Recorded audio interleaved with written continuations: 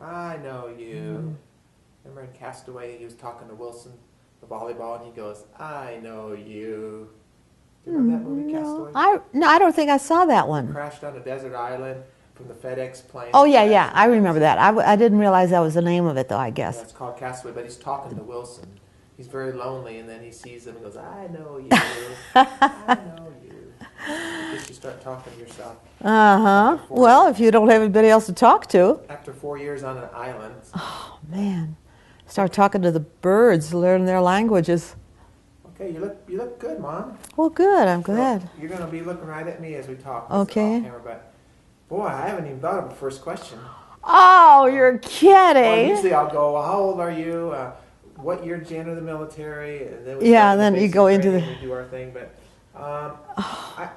let's just. Okay, here's what I'd like to do to start off. Just go back and give me a family history of your parents, where they came from, their names, when kind of like you did at church that day. Oh, Not okay. as detailed, possibly. I mean, you can, but just kind of give me some family history up to where you're born, and then I'll start asking you questions. Let's go back to your mom and dad, and as far back as you can remember, and where they came from, and their names, and when they came over to America. So let's just give me some family history there.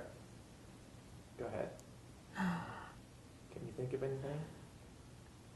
I don't know where to start. Well, just start with your mom and dad, where they were born.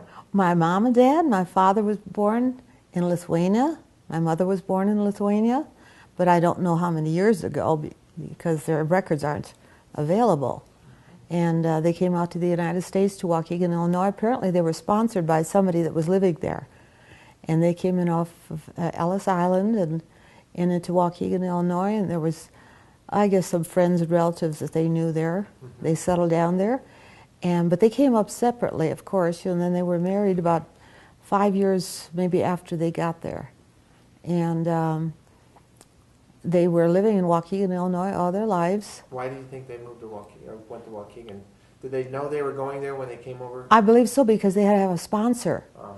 They had to have sponsors. There apparently somebody in Waukegan sponsored them, because I think my father had a cousin, a tailor, in Waukegan or in North Chicago, and my mother had a sister. But I don't know if they coincided with the dates or not. I don't know if they were the sponsors or somebody else was. But probably was somebody else other than the sister that was a sponsor. But that's how they came over. That's how people could come over from other countries, is if they had a sponsor there. I don't know where my mother worked, if she did at all. And my father was, all I can remember about him, he was an iron worker. He had something to do with producing iron shapes or instruments or whatever for years and years and years. And then later on he went to work for Abbott Laboratories. And my mother stayed at home. And the first recollection I have in my life is when I met my friend Carol. She was visiting across the street from where I was living, and she was 2 years old. 2 years old, and I was 3 years old. And then she tells me the story this way. She says, I couldn't learn to talk Lithuanian, so I taught you how to speak English. And so that's how we went from there. But when we went to school, I was going in as a kindergartner, and she wanted to go too, but she was only 4 years old. And her mother let her come with my father and me to the Jackson School to be enrolled in there. They enrolled her. She went right on from there at the age of 4. And then we skipped a half a grade. Both of us were promoted right into first grade after a half a grade of kindergarten. And then after that, we went to, I went to a St. Bartholomew school, Catholic school. And they didn't have half grades there. They had only full grades. So instead of putting me back half a grade, they put me ahead of half a grade. So I was actually ahead of myself by 1 year. And Carol had the same thing happen to her when she went to Holy Rosary School, that they put her ahead. So then, well, school went on. She kept going to Holy Rosary School, and I kept going to St. Bart's. And I graduated from there, but she went back to Jackson School for the last year. And she graduated the same year as I did. And that's all I can remember really about my school years. I don't remember much of anything else, except one time I was chosen to portray the part of I don't know if it was a wealthy person in a play or a show of some kind. I don't remember much about that, though. You were like in acting or what? Well, yeah, we were only about, it was in Jackson School, so it must have been about third grade. So it was those children's plays that they had. Hold on, I'm gonna close this door. Okay. A second. So you said that's the only memory you have of your school years? That's hard to believe, but. Well, my school, as far as school is concerned, I remember being outside at recess and in the gym during recess and learning games and stuff like that, but nothing specific. And but I remember when I transferred from Jackson School to St. Bartholomew School, the nuns were there. That was quite a change for me to see the nuns teaching there.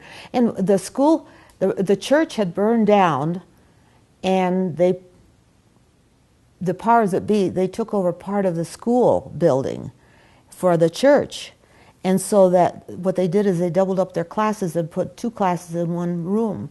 So when I was in there, I was in the 4th grade in a 3rd and 4th grade room. Then there was 5th and 6th, and then there was 7th and 8th. So I don't know, it didn't make any difference to me because it was a small class anyway. When I graduated, there were only 13 of us in the graduating class.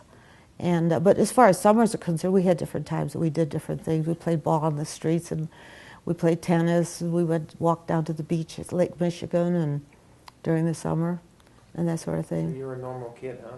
What we call normal. Had activities that were very normal, I guess. Yeah. Okay, we're recording again. Okay. So I was asking you about being a normal child. You were raised as a normal child. Do you feel As far as I knew, I was. you had a normal childhood? I So, rode bikes, played ball. and so you said your mom didn't work. She worked in the home. I mean, she didn't work outside the home. No, at that time, very few women worked outside the home. Very few. And your dad worked at, what did Abbott Laboratories do? Well, that was later on. That was when in my late teens, he started to work there. They gave him a job there. It was a little bit less physical than the iron working. He was a security guard there, but he also had something to do with being ordering supplies for maintenance and this sort of thing. Did they speak Lithuanian or English or both? Mom and Dad? Yeah. Lithuanian, very little bit English, broken English all the time. And you just spoke Lithuanian growing up? Lithuanian and English, Did too. Carol really teach you how to speak English? Yeah, as far as I know. I don't remember that because I was only 3 years old. But that's amazing that you can learn another language like that. Oh, you can. Children could learn when they're very young. They learn very well, too. Aunt Tutsi, was she living at home during that time? She was until I was 5 years old. Okay. Because she's 13 years older than I am. And she got married when I was about 5 years old. So she was out of the house. She was the only child for a while, and then I was the only child after a while. So there are no other kids? Nope. You guys. Nope. So how, as far as your parents, you don't talk about them a whole lot. How come? I know. Because I don't know much about them. But, I don't know a lot about them. well, you should, 20-some years, you... I had my life. They had their life, but I just did whatever they wanted me to do, what I was supposed to do. And being in a community like that with a lot of Lithuanian and other ethnic people, we just did whatever was a cultural thing. Did they discipline you much, you and Aunt Tetsi? I mean, spankings or anything? No. You never feared your father like he's going to, No. when he got out of line? No. Not at all. None of that. No. I don't know. I don't understand why that was so different than somebody else's, but most everybody else felt the same way about it too. As we talked about them, there was brothers and sisters in the neighborhood.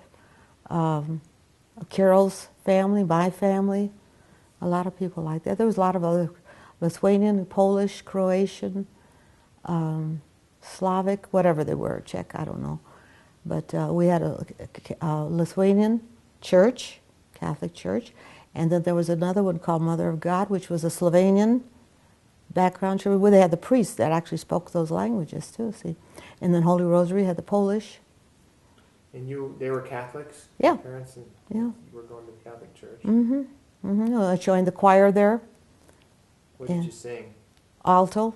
Oh, really? I don't think I ever knew that. Well, that's something. You never played an instrument, though? I played piano. I had that's lessons right. on a piano for a while. But not in the home? You didn't have a piano in the home? Yeah, Oh, you we had a did? piano in the home. You know, it's funny. There's something about the people from Europe. They had certain things that they felt were necessary, and a lot of them had pianos in the home. A lot of people did, different kinds, different styles, and just some learned how to play, some didn't, but they were there. Yeah. So the interest in the piano, you think, came from what? Just somebody? I didn't have an interest in the piano. So My mother did. Oh, okay. So then I just followed along with it. No, I don't know of anybody that had any interest. I don't remember if my sister played or not. I can't remember. I don't remember that. Well, did you guys, I mean, 13 years difference, did you play much together or do No, much no, together? no. Because like I said, she was gone when I was 5 years old. Yeah. Out of the house, that is. She got married then? Yeah, she got married when she was 18 years old. Yeah. Was that, do you remember the wedding at all? Or? No, the only thing I remember is that they were married at a very simple ceremony in the rectory of the church, because my brother-in-law wasn't Catholic and he could not be married in the church, so they had to be married in the rectory of the church. And all I remember is it must have had a reception in our house, because I remember my father being there and feeling a little bit upset about it, about the whole thing. That was all I can remember about it. What kind of work did Uncle Ray do back then, do you remember? I think he was basically a carpenter all the time. Up until the war? And then, I don't know, he disappeared from my sister's life, went to California. And I think he was inducted into the service from California. What do you mean he disappeared? Well, I mean, he left the family. I don't know. You mean like a separation? Uh-huh. Oh, that young? Wow. Oh, not at 18. No, it was about 20 years old, maybe. Well, before the war? Yeah, I guess it must have been before the war. So they weren't really together then during the war? Or? I don't know when they were. That's their story, not mine. But they were married after the war. They're still married the whole time, I mean. After World War II, yeah. Had they had their kids yet before that? Oh, yeah, they had them very young. They were only about 20 when they had them. Because Bob and Art were very close together. Mm-hmm. Maybe about a year apart. That's all. That's all. So, as far as the Catholic Church, I mean, you were pretty religious, going every Sunday and the whole thing? Yeah, I did. Were your parents, would you consider them religious people that went just, all the time? There are different grades of religious people. And I didn't know that at the time. Some were very devout, some were just doers. They attended church Sundays, went to confession on Saturdays, and that's all I did. I did join the choir, and then we had activities at the church. We had bazaars, we had picnics and different things like that I was part of them. And then I joined what they call the Girl Sodality. That was for the younger girls before they were old enough to be in the society, St. Anne's Society, so to speak. And we planned events, mostly dances.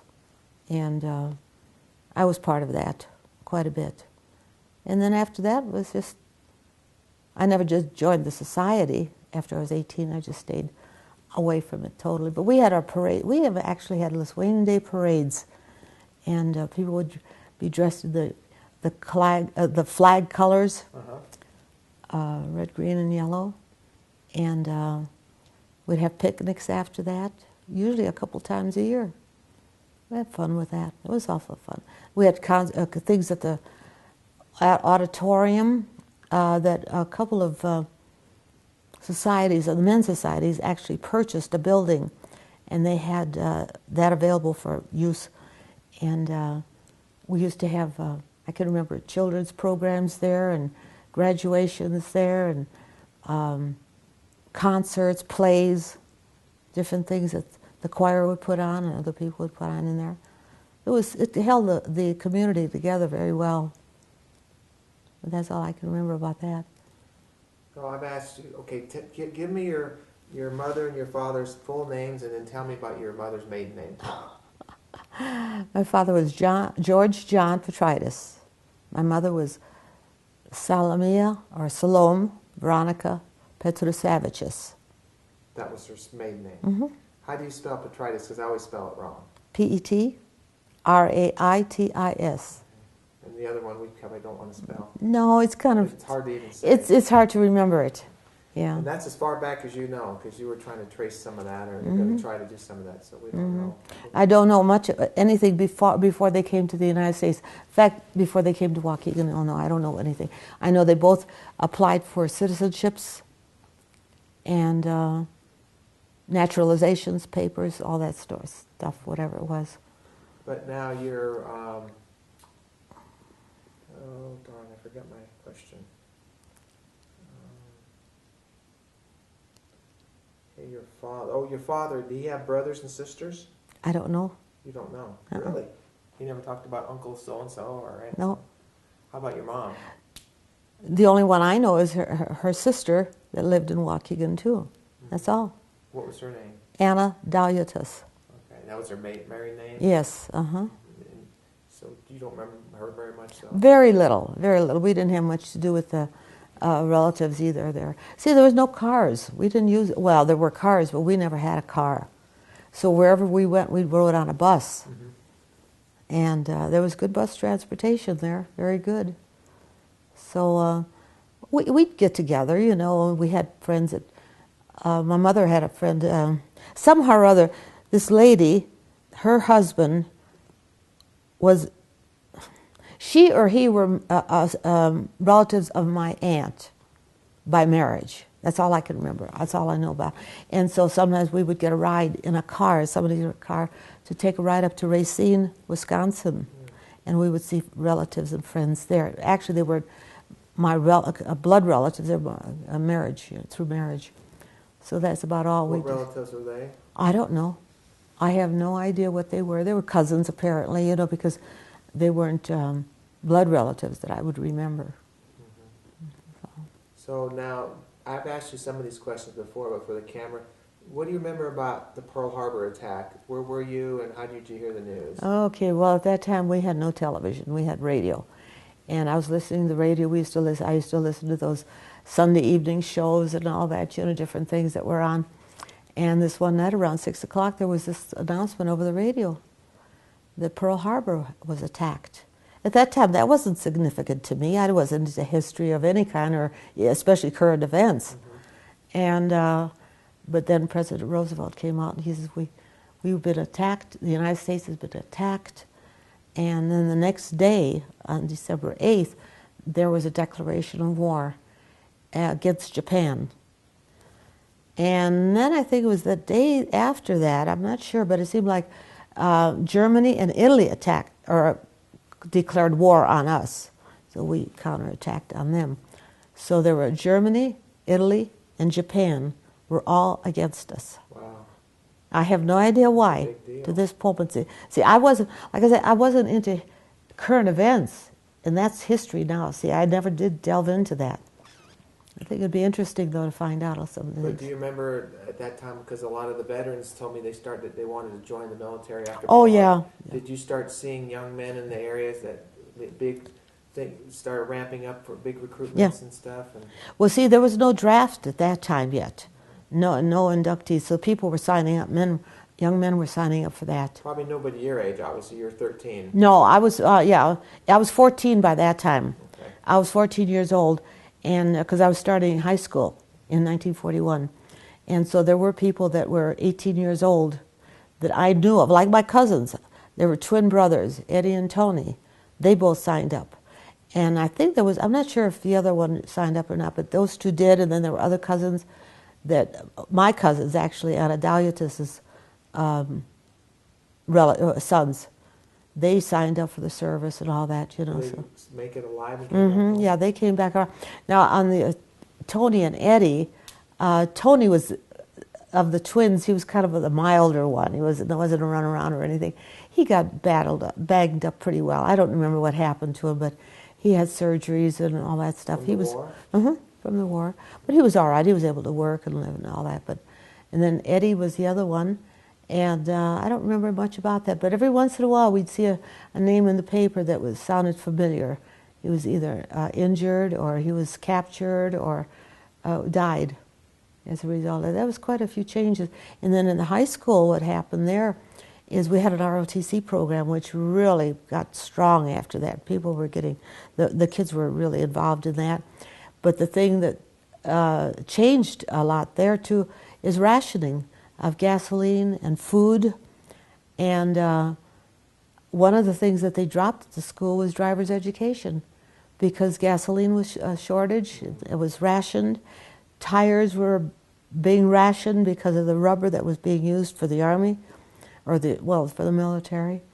And so that was dropped, and I don't know when they ever picked that up again. But those were the big changes there. And we had bond rallies during that time too. They were called victory bond rallies. And people, big stars would come through with concerts and fundraisers and this sort of thing. And I can remember seeing Jack Benny there. Mm-hmm. But he was from that hometown anyway. But also, I can't think of his name. Dana Andrews, do you remember him? The name. Dana Andrews, yeah, he was there too. And there was some lady, but I can't remember who it was. They put on a nice musical show, for a bond rally. And they were selling victory bonds, savings bonds. They were called victory bonds at one time. And then there was change to savings bonds. And we had rationing during that time. Food rationing, there was butter, meat, I can't remember some of the other stuff.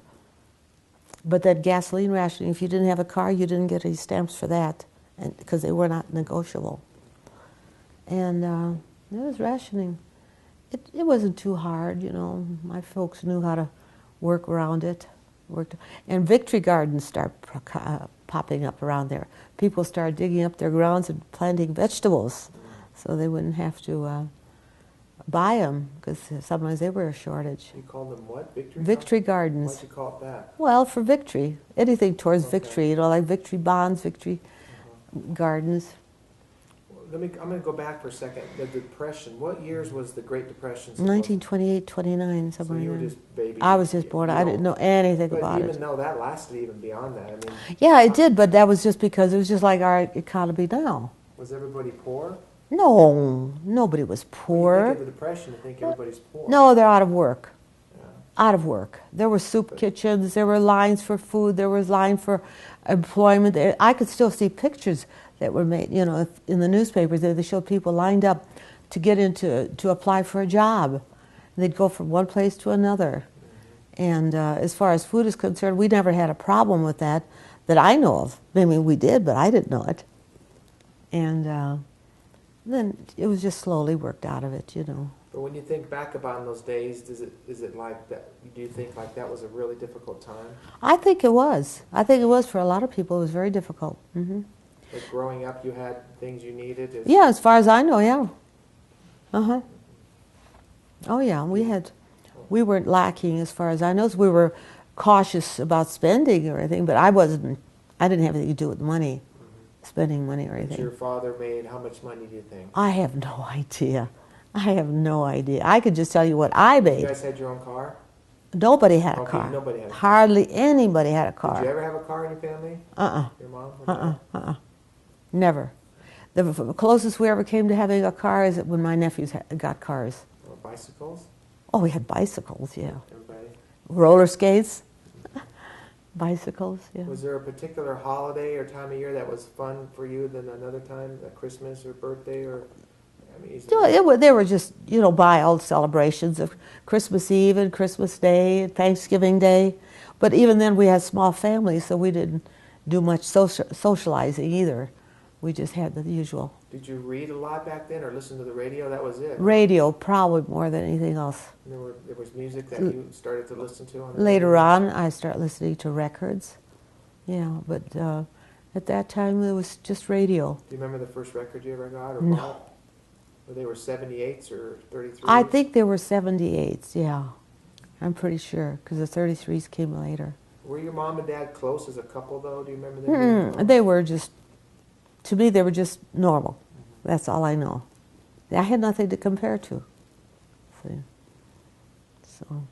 So during the war years, you're in high school, and what sticks out in your mind about the war years? Going through school, they say women were working in factories, and there was a big effort to support the troops in the war, unlike Vietnam and stuff. So Did you feel that? I mean, Oh, yeah. everybody was into this. Yeah, we were into that. We had posters and banners and like they say, fund drives. You know, sometimes we'd have even at the schools, they were selling saving stamps and saving bonds.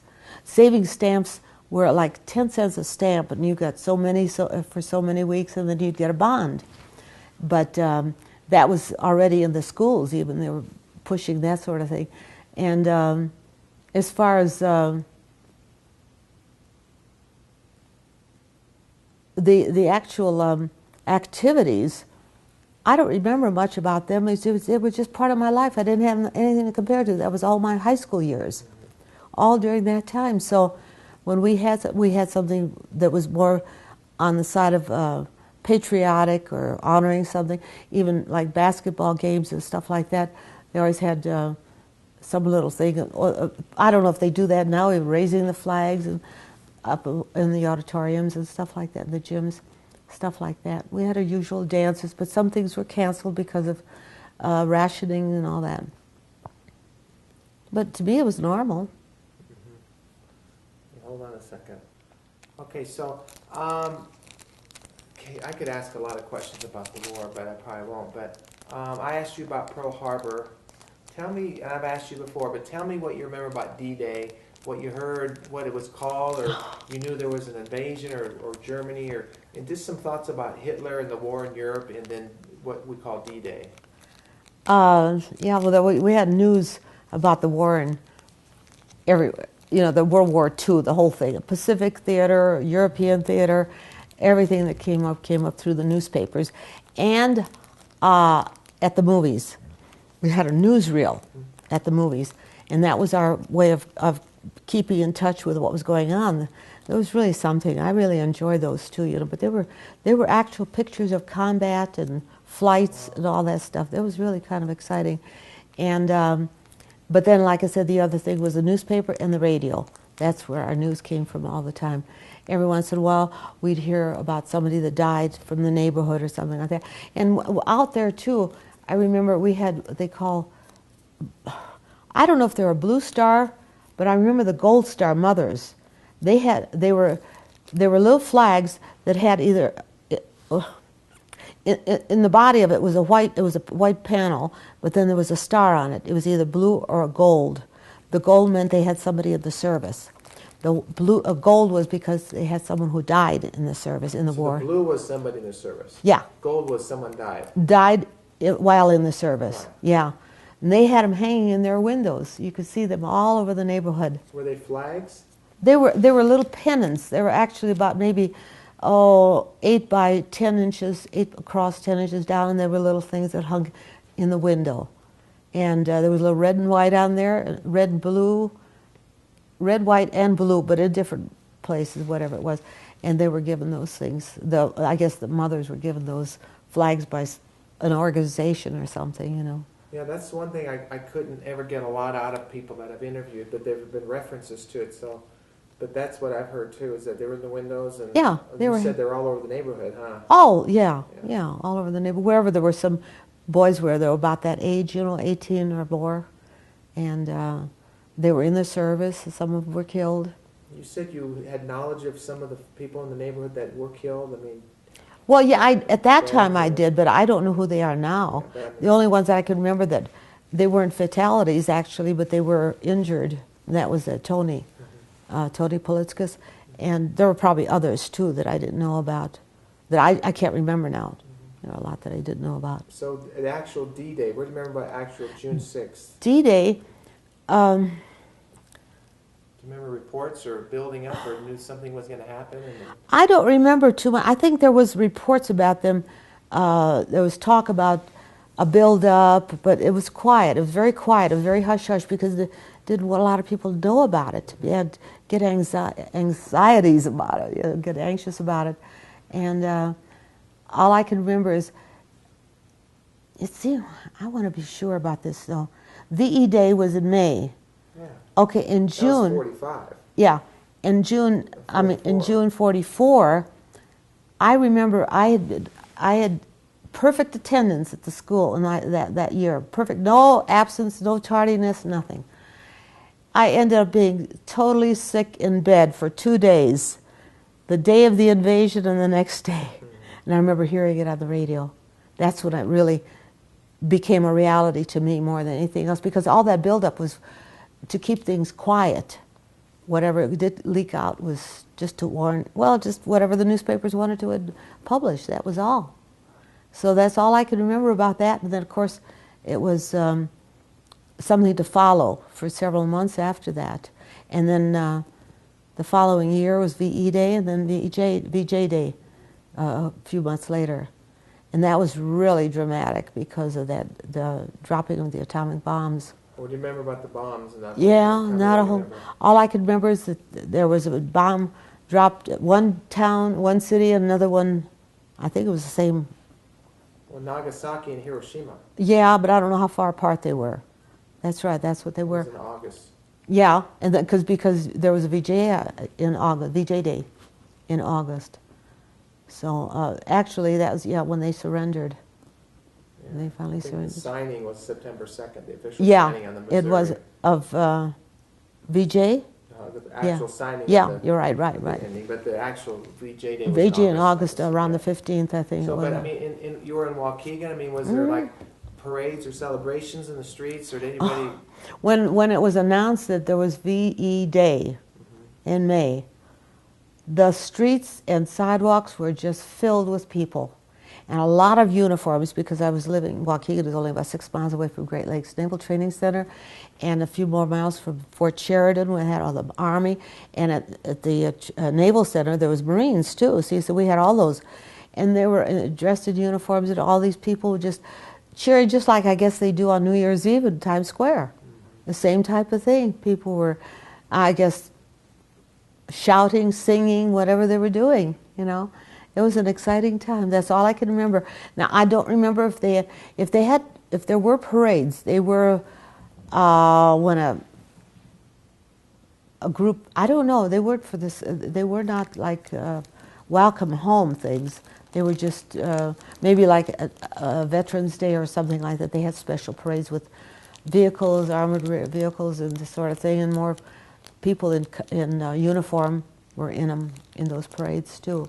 So when you talked about doing family outings or where to Lake Michigan or some of the things you told me, do you remember seeing large groups of sailors, and it was just commonplace to have them all around?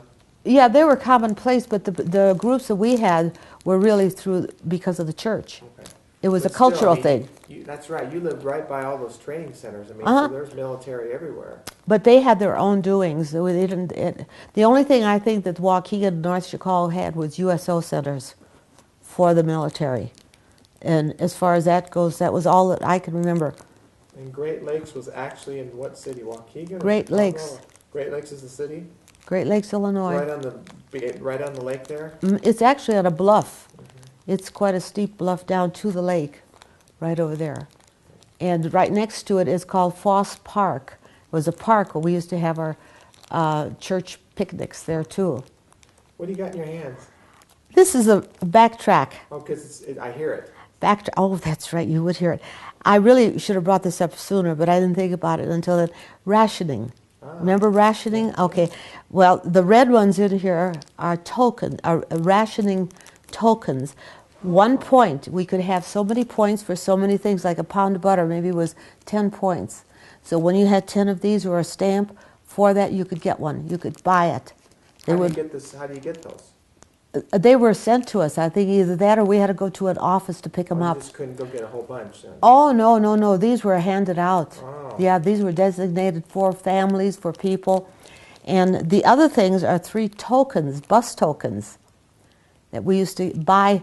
You could buy so many tokens for so much, and you could ride on the bus. At that time, you paid 7 cents to ride on the bus. So only certain foods or items were rationed, not everything? No, not everything. But this is for you to look at if you want to do a clip on them or something. I will. I just want to see this right now while you So where did you find this? I've had them in my collection for a long time. Wow. I don't think it would show up on the camera, but... No, you'd have to probably make a special clip for that. Put them out on a piece of paper. Keep them over here so you don't they're for you. They're for you. I just wanted to remember that. That's fine. This is it, because I was thinking about the rationing. There's just certain things, gasoline, obviously, and things, and then when you had enough tokens, you would go purchase some. Yeah. And why did we ration stuff so we could give stuff to the war effort? To the war effort. Oh yeah, there was a lot of things. Rationing when they say stamps, is that what they're talking about? Tokens or whatever? No, the red things were actually like pennies. They were like coins compared to something paper, and those stamps were paper. They were for larger denominations. Okay. And I remember another thing about that. We used to save grease. People used to save bacon grease and turn that in as something for points or something. I can't remember what it was for. What did they use the grease for? They used it in the war effort. I don't wonder what it was. I don't know. Probably has something to do with oil, maybe. I don't know. I don't know. See, at that time I was too young to ask those questions. I wasn't that interested. Did you like the water, though? People around water like the water, like the lake. Did you? Yeah, I liked it. Were you a water person? Did you swim in the lake or anything? Yeah, I used to go down to the lake. Cold. Oh yeah, it was cold. We used to just go in and come out usually. We'd have a little swimming in there too. Yeah, that was fun. We had a nice time during the summer. Ships, you would see a lot of ships probably, no? Boats. You'd see some boats. There was Did a you go marina. to Chicago much? I did go a few times, but not much. Was the Sears Tower built way back then? Or? I don't think so. I don't remember the Sears Tower at that time. But when we went, my sister used to work at Abbott Laboratories, and she belonged to what they call the Study Club. And the Study Club used to get tickets for shows in Chicago, such as South Pacific, Guys and Dolls, Annie, Get Your Gun, a few other things, Broadway shows. You know, they're off-Broadway actors and actresses and all that. So we used to, she'd have me come along with her. We'd go in to see them there in Chicago. Yeah, it was fun. It was really nice. It was a nice place to go to. We didn't do much there. We'd ride in on what they call the North Shore Line. Electric line. It was an electric train. And I don't remember how we got from there. Either we walked to the theater or we took the elevated or what. I don't remember the elevated. I remember seeing the L train. That was all. That's in Chicago. It's still there as far as I know, the L train. Made a loop above Chicago. So you rode the bus, and you said you did ride the train too? Yeah. Because I went to, after I got out of school, I went to work. Where did you work? Actually, I started working, let me tell you about this. I started working when I was 14 years old. I had to be 16, but I started working at 14 and worked at what they call the dime store, 5 and 10 cent store. And I got a job there. I was working away just after school and Saturdays and doing very well. They had counters there. Counters were areas, you know, where there was counters around this way, and you'd go in and you were the clerk behind the counter. And people had to buy things right off that from there. And anyway, I was doing quite well. It got to the point where the manager decided to give me a counter because summer was coming up, I guess, and that I could manage a counter during the summer. And that was really kind of delightful. I knew it was coming. And then I found out that they couldn't keep me because I wasn't 16 years old. They found me out. Oh, no. I remember I can still remember that when we were checking in with the bookkeeper. We had to check in over there. And they says, someone wants to talk to you. Why? He says, you're not 16 years old, are you? No. So I was upset. I didn't work that day, of course. You know, I went right across the street to Waukegan Dry Goods, and I applied for a job there. And said on there, why did you leave your other job? Because I wasn't getting paid enough, was my answer. But of course they didn't hire me either because they had to check my references, you know. But then after a little while I started working at Goodman Department Store. That was it. It's in Waukegan, but it was about 8 to 10 blocks away from where I lived. And I used to walk over there every time, 3 evenings a week, from 6 to 9, and all day Saturday. And I got paid $1. For one day? I think I got paid for the Saturday for $1 and the $1 for the 3 times. That was really something. Now, what did you do at the dime store? What kind of work did you do? Oh, just clerking. I remember it was. Register too, or? Yeah, there was a register there too. I remember I sold wallets and things like that. You know, things, keychains and I don't know, pens. I think it was a few other things around there. So it was kind of a fun thing, though. And at the other store, the department store, what did you do? There we were, I was a retail clerk, and they had furniture in there, they had dry goods, yard goods, and so I was mostly a clerk for dry goods, for yard goods. So you like to work? Yeah, I like to work. And I remember we wanted to go to dances on Saturday night at the auditorium. I got off at 9 o'clock, and we'd go, actually what we would do is could take off at lunch and at dinner time, walk home, have something to eat, and come back. So at my dinner time, I would change my clothes, ready for the dance that evening. A lot of the people used to do that. Were they like boy-girl dances? Where, Oh, yeah. I mean, you wouldn't go with a boy, you'd just No, go with you just girls. stag dances, yeah. Do you ever hear of something called the Sadie Hawkins dance, where girls ask guys? Would you have anything like that? I don't remember if we had any. It might have been around, but we didn't have one there. So did boys ask you to dance? Sure, You'd say yes? sure. Were you picky, or you say yes to anybody? Oh, I was careful. Oh, yeah. Yeah. We did have a nice time, Just though. typical boys, huh? Yeah, yeah. What kind of music did they dance? Did you Live dance? music all the You mean time. big band music? Well, it was a big band music, but it was usually a small combo. Maybe 4 or 5 pieces, 6 pieces sometimes. Now, you said at the auditorium? Did you say you went and danced at the auditorium? So that was the Lithuanian Auditorium. Let me give you a little history about that. The church had societies, men's societies and women's societies. The men's societies, there were 3 of them, Joseph, Anthony, and Bartholomew societies. And they would pool their resources. And they did at one time, they either had this building built or they bought it. I don't remember. But in it, they instilled actually a bar in there so people could come and go during the day and evening. And that was always some revenue for that. And then they would rent out the upstairs ballroom part. It was a large auditorium where there were other things, events there for a big dance up there, or downstairs where it was a smaller crowd. And so that's the auditorium, and the dances usually were upstairs in the auditorium. And that's what we used to go to. The other building in that town was the Mother of God Auditorium that had similar things there too. That's fun. You used to look forward to that. Oh yeah, it was fun. We enjoyed ourselves. Now, do you remember who you're with? The same people, your friends? Was it Carol or? Carol, if she could come over, because she was in that neighborhood, but there were other people that I knew from the church. Would you go home and change, or come back, or just go right to the dance? Well, like I said, during the dinner time, when I got home for dinner, I would change clothes then. At that late, 9 o'clock? 6 o'clock Oh, 6, okay. for dinner. Would you guys put on like dresses and go there? High heel shoes. Did you have like bobby socks? Or was that back No, in the 50s? we were dressed up. Yeah?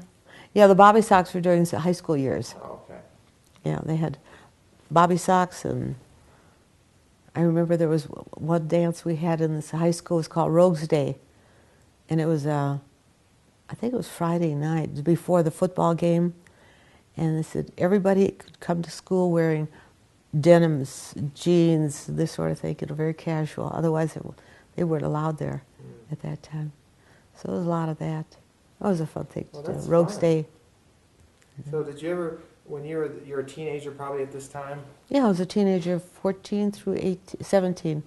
I graduated when I was 17. You're the only one at home, so it's just you and your mom and your dad. And now, tell me about your mom and dad. They give me the years and what happened to them. That they died within 6 months of each other. Is that Less right? than that, yeah. My mother died of a stroke. She had a stroke in March What of year? 1949, and she was in the hospital for about 3 months. And I was working at American Steel and Wire at that time, and so I used to go see her almost every day by bus. We'd ride the bus. My sister was in on it too, somehow or other. And then when she finally came home after about 3 months, we had to line up somebody to take care of her, because there was no such thing as assisted living or a nurse. Well, it was probably nursing homes, but they were called poorhouses. And so I just finally decided, the family decided that I should quit my job and go take care of her. So I don't remember if I called American Steel and Wire or if I went down there, whatever it was. So I can't come back because of this. He says, okay, that's all right. It was very, very kind about it. And so I stayed home and I took care of her. And Would your dad take care of her too, or anything? well, whatever little he could do, he worked. he worked. And he walked or rode a bicycle to and from work all the time. And this was, yeah, he was at Abbott Laboratories at that time too. So then after she died in September, the end of September, my dad told my sister and me about the fact that he needed to go to a doctor because he was having pain. And so we had an appointment for him. He found out the doctor said it was beyond what he could do. Take him to Billings Hospital in Chicago. Billings was a hospital of Chicago University. So we took him there, and come to find out he had had this pain even before my mother had a stroke, because he told me, he says, he'd had it, but he was going to tell us about it in the spring.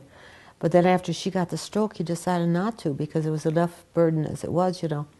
So it turned out to be cancer. I guess it was of the pancreas, and it had spread. So when he was in the hospital, they operated on him, but they couldn't do anything with it. They just closed him up and sent him home. He stayed at home for a while. We took care of him there. He was in the hospital at St. Therese at that time. And then he died there. He came home for a little while, and then we had to take him into the hospital because it got so bad. Took him there, and he died in the hospital. So that was approximately 4 months later. Now, again, I missed something. Okay, your mom died. Okay, you said your mom had a stroke, and she came home, and you took care of her. She died at home, or what? No, she died in the hospital. So she had to go back into the Yeah, hospital. we took her on an emergency relief ride, you might say. Yeah, and she died there. And there's a funny thing about that, too, because I was there when my mother died, because I remember calling my sister and telling her that. And then she said, oh, I knew it. She says that she always felt she was going to be at my father's death. And sure enough, she was, and I was out of the room. I had just left the room at the hospital just to go into the hallway, and she went in to my father, and he died then. So she was with my father, and I was with my mother. That's all there was. I can't remember anything more about it. The usual funeral and everything. Okay, so now you said that's all you remember about your mom and dad dying. I mean, was your family close at the time of death? I mean, or was it emotions and stuff? Well, there were emotions, yeah, but there weren't anything so spectacular or anything like other people have. We do a lot of comparing with things like that. We shouldn't, because each person is separate. But I mean, did you feel orphaned? You're on your own? I mean, No, at that time I didn't think, I took care of things that needed to be taken care of. Orphan didn't come into my mind at all. Why should I? I was almost 21 years old. I know, but so you're growing up, but Sure. still that had to affect you, both parents. Well, it did to some degree, but you see, I wasn't alone because my family was there. Stella and Ray and the kids were there, and there were other people that they were related to, and I was still related to. Some people were still there. So your mom got a stroke in 49, and then she died in 49? Yeah, she died in September 6 months later, and she had a stroke then too. That's how she died finally. How old was she? As far as I know, about 66 years old. And your father was how old? About the same. Now your father had a pancreas. Well, it was cancer, but we don't know where it actually started because all the organs were affected by it. But we're saying it could have been the pancreatic. So he should have said something when he had pain, but he didn't. Well, he did, because he was going to say something, but he said, my mother came down with a stroke, so he couldn't add that to our burden, too. At least that's how he felt. So he just waited. What did you do at American Steel and Wire? Is that Oh, yeah, I was the youngest accounting clerk ever. Accounting clerk. I was hired at the age of 17. Okay. And it was really funny how I started, because I used to work at a grocery store where a man worked there, a butcher. One of the butchers there had a sister named Ida, and she was working at American Steel and Wire. And she knew who I was, and we were acquainted somewhat. She saw me on a bus one day. Oh, she said, are you working anywhere? I said, no. She said, come to American Steel and Wire and apply for a job. And I said, oh, yeah, sure. Well, anyway, she did that again. I thought, well, that sounded pretty good. I was just doing some cashier work at the other place anyway. So anyway, she says, but wait a while. We might be going out on strike. So if so, she says, just wait until the strike is over and then go down and apply for the job. And it was over in about a month. And so I went down there and I applied for the job and I got it. And as an accounting clerk. So I would I worked in a large room filled with accounting clerks.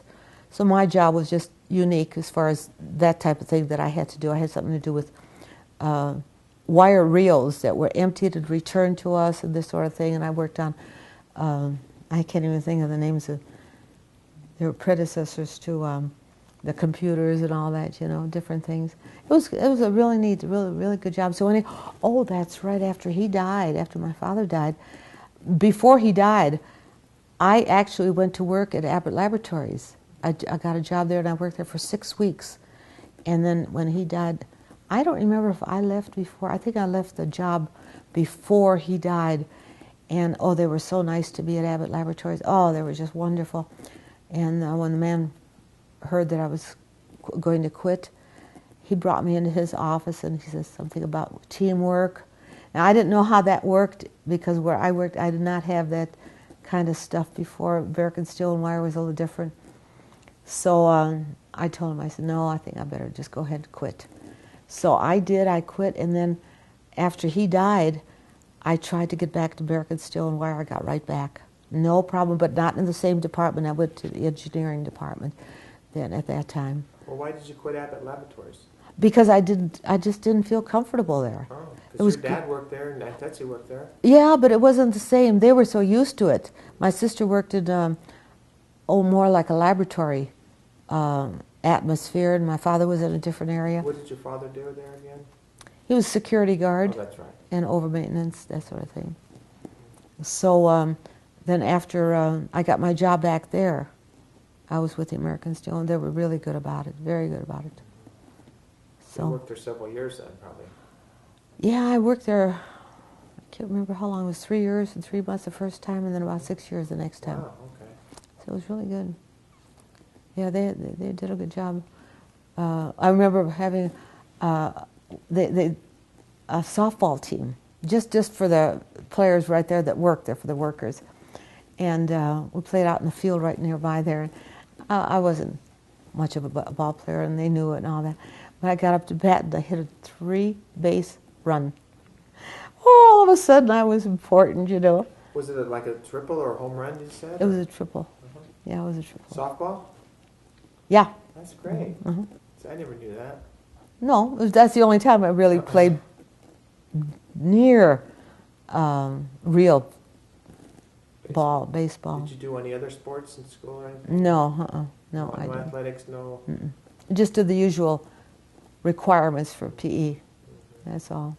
That's all. Nothing. I used to go to sporting events. We used to go to basketball games and all that stuff. Globetrotters came through there They a were couple back then, times. too? That's where they started. Oh. Globetrotters started about those years, probably during the war years. Yeah, they were good. They were fun. They played against I think at that time they played against the police department team or something, I can't remember. But you went to a lot of some sporting events. Oh yeah, I used to go to basketball and football. High school? Uh-huh. Yeah, You rooted for the teams? always. What was the mascot of the high school? Bulldog, And what high school was it? Waukegan Township. Ah, well, it's still there today. It is, but it's only 3 years. This was 4 And years. you lived on Jackson Street? Mm-hmm. Your mom and dad, Mm-hmm. and you? Mm-hmm. 2 different houses? Mm-hmm. One, about three or four blocks apart. So after your parents died, you lived with Aunt Tetsie? Actually, that's where I lived, is the house that I lived in. They had moved in. They moved in. Yeah, they moved in before my father died, so we a little bit more help. Why did they do that? To help a little bit. Okay. Because I was working at that time, and see. Art and Bob were there too? Mm-hmm. Mm-hmm. Yeah, they joined the Marine Reserves. What year? I don't know. So they were that old to join the Marine Reserves? After the war, though, after World War II. Yeah, that's right. That's right. I remember that's right, they served. Mm-hmm. They both joined the Marine Reserves. Mm-hmm. Yeah, they never, I don't know how, they went on their training, you know, San Diego, they went to training in there for 2 weeks every year. So again, your mom died in September 49 and your dad died in February of 50. Okay. Mhm. And you had a funeral service and everything? At the home, of all places. Really? Mm-hmm. Both times? Mm-hmm. You had a funeral service in your home? It was actually the wake that was in the home. The service was in the church, I'm sorry to say. That's what I mean. when I say funeral service, that includes the wake, which is something we don't have here anymore. All they have now is these showings, I guess, you know, the night before for 2 hours or something like that. These were all night wakes. So did your parents have many friends? I mean, Well, the community friends, church friends, all those people, you know. At one time, oh yeah, it was during the time that, what was it?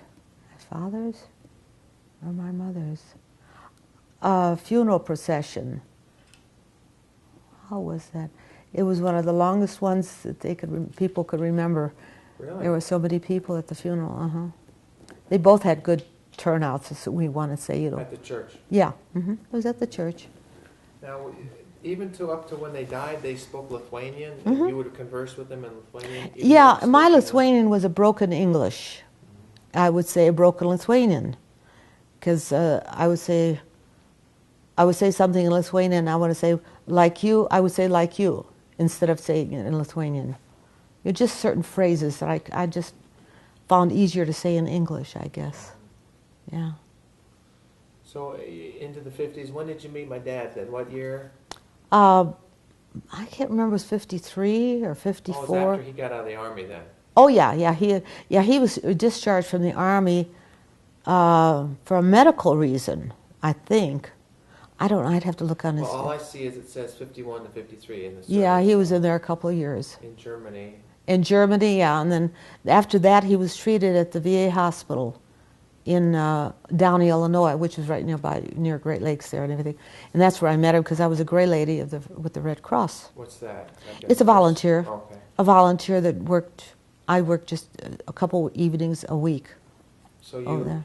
Okay, so did he talk much about his service in the army? He played trumpet, right? Yeah, he did. He talked a little bit about Germany more than anything else. He liked Germany. I interviewed a man in Michigan. He was in Germany, 51 to 53 in the army. Oh my gosh. They might have. I said, "Did you ever hear any trumpet music?" Yeah, he was in a big band out there. All the interviews I've done, I've never met anybody that was in Germany during those years. This man was that I interviewed. So Oh, interesting. Yeah. So you were a Gray Lady. I mean, he was a patient. Yeah, he was a patient. He was not for very long. I can't remember what it was for. It was just something. I guess he had some kind of personality problem, perhaps, or something. I don't remember what it was. But psychotic. How do you remember the first time you saw him? Was he just you were giving out candy or magazines? I don't remember what I was doing, because we used to have bingo games there too, and then we used to have dances there too. They were just within the ward, you know. They weren't in an auditorium or anything. So I can't remember too much about that either. But after that... I mean, what caught your attention in him? I mean, you married him, so what initially got your attention? I don't know. We were just talking and clicked or something. That's all I can remember. Start dating? Is that what happens? After a while. He lived in Chicago, though. His parents lived in Chicago at the time. So Grandpa and Grandma Cappetto lived in Chicago? Do you remember the first time you met them? Did he take you to dinner? You know, I'm trying to remember. They weren't in Chicago then. It was his aunt and uncle that were living in Chicago. Well, where was his parents? In California already. They had moved out there. That's what it was, yeah. Oh, so you never met him until you went to California? No, that's right. Well, what about a wedding? I mean, they never came They out? never came out to the wedding. Oh. No, That's weird. No. So his aunt was in... His aunt and uncle. Who were these? Oh, there were two uncles that were living in Chicago, Alan and Bob. Cappetto. Another Bob Cappetto? Alan Clausen and Clausen, that was Grandma's, yeah. That was his uncle from that side. But the other one, I can't remember what his... Frank? No. It was either Bill or Bob. Oh, it was... How about this story we heard that Grandpa drove for Al Capone? That was Oh, that's his story. I have no idea. Before they went, obviously. Obviously. That's his story. Who told us that? He did, probably. Grandpa? Probably. I don't remember him telling. I thought somebody in the family after Well, that. maybe your father told him that. So you met him in 53, you said? Probably around 53 or 54, yeah. And what year did you get married? 54, September. Where? In Waukegan, At what church? St. Bartholomew's. We got pictures of that. Yeah. And Tetsu and Uncle Ray were there. How about Carol? She was my maid of honor. And then how about Matron. Aunt Tetsu's sister? Not sister, I mean Aunt Tetsu's... Who else? You said you had another... Oh, your mother's sister. Yeah, she had died already Okay. before that. Okay. Yeah, she died before that. Like, And then, of course, my parents were there. So it was a nice ceremony, though. I wasn't there, was I? No, not for a couple of years. Okay, so, and then you lived in Waukegan?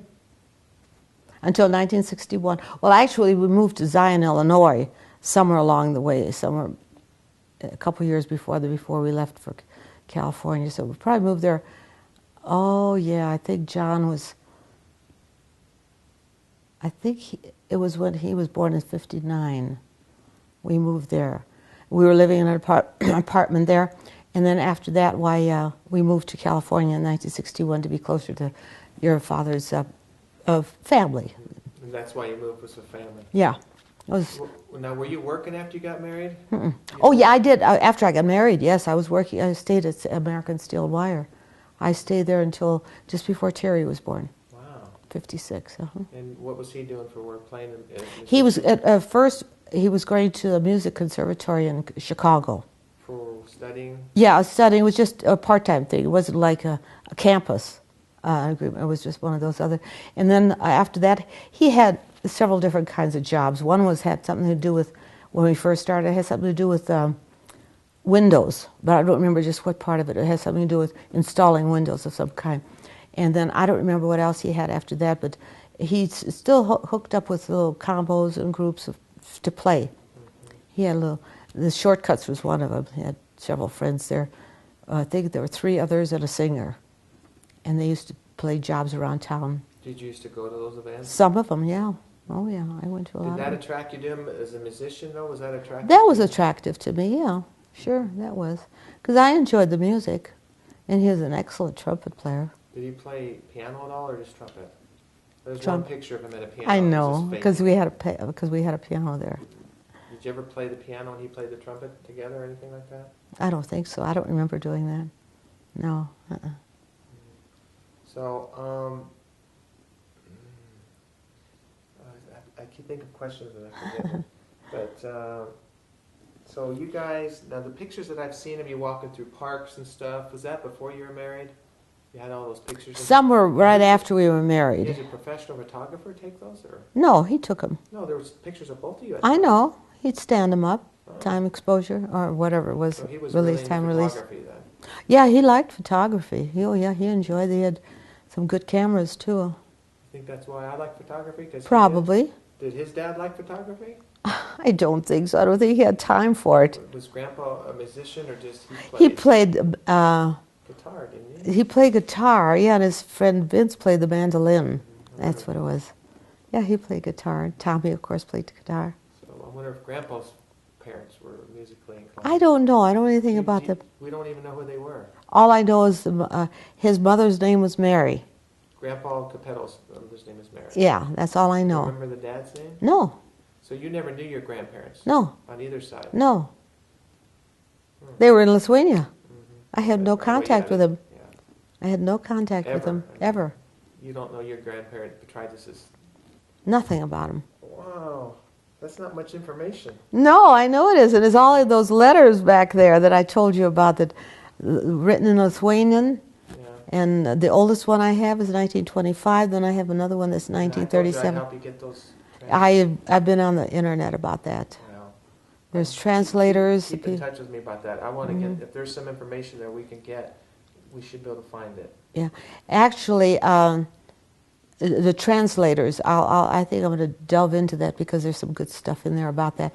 But as far as genealogy is concerned, that would be very interesting because I have some documentation, but it isn't accurate. I don't think, because in one place it could be the birth date is one, the birth date is another in a different place. Did you ever date at all before you got married? A few times. Was it serious at all? No, not very. Well, one time it was. Yeah, it was. We got a lot pretty. What was the boy's name?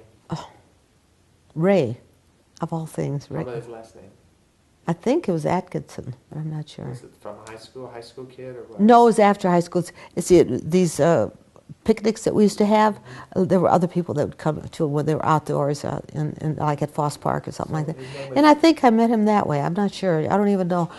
Either that or it's from a girl that I worked with at American Steel and Wire, she knew this family, this whole family of his brothers and mother and father and all that stuff. So you dated for a week, a month, a I year? don't know. I didn't keep track of any of that. And No. who else? You said there was two. Who else was? No, I don't know that one was the only one that I could recall that I would say close or So you serious. never got serious about maybe getting married or anything like that? No, nothing much. We broke up. With this Ray and I broke up after a while. We decided we're not for each other. So We were better friends afterwards than we were when we were together. That's how it works out. Huh? It sure does. So you went to movies and dances and stuff, or what? Stuff A like few that? things, yeah, mostly movies, I think. Did you have a car? Do you remember? 'Cause I can't remember that. I don't remember that at all. I don't remember that. so you got married pretty quick then, huh? Yeah, we didn't have a long 53, engagement. 54. We didn't have a long But engagement at all. Was it like you hear love at first sight or anything like that? Or just, No, I don't think so. It was an attraction, but that's about all. and then you just said, where did he propose to you? Do you remember that? No, isn't that funny? I don't remember that at all.